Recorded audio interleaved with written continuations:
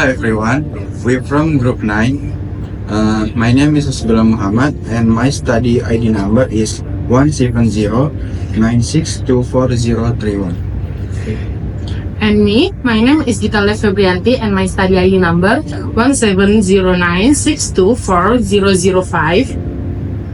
And me, my name is Jonathan Emmanuel Diana. My study number is 17096240072.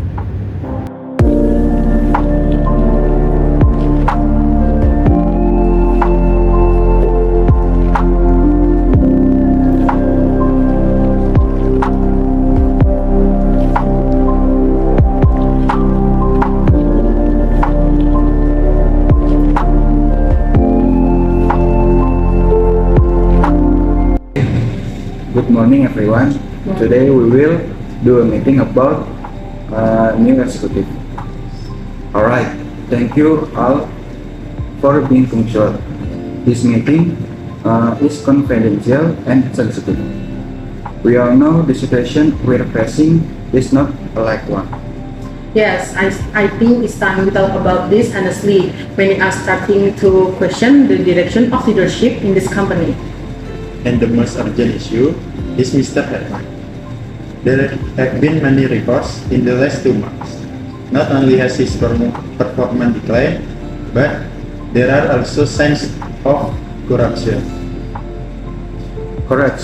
The internal audit has uncovered suspicious transactions worth more than 1 billion rupiah.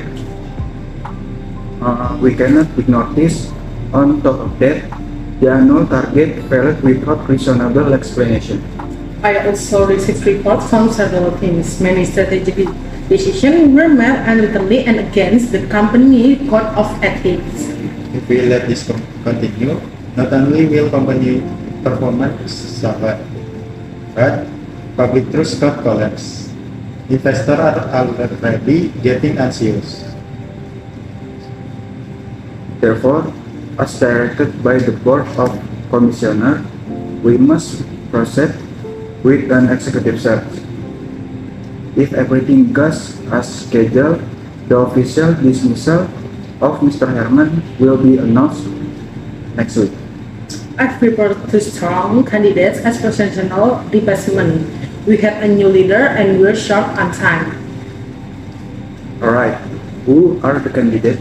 The first one, there's Rafa. He's a former vice president at multinational company, very experienced in digital transformation and modern work culture.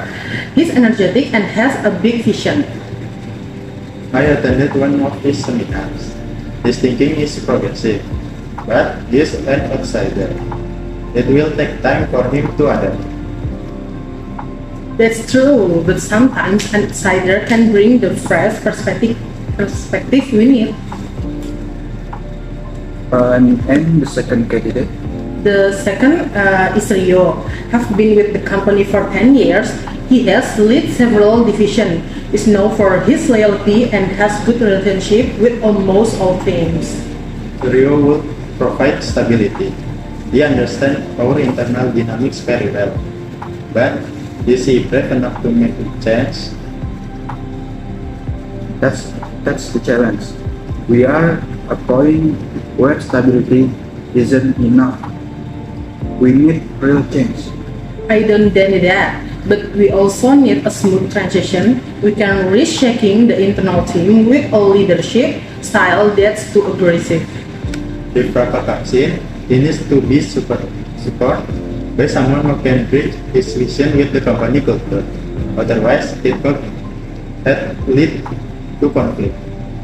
If Rio steps up, we make the same. But the question is, will he dare to dismantle the old comfortable system, including cleaning up the remains of Mr. Herman policies?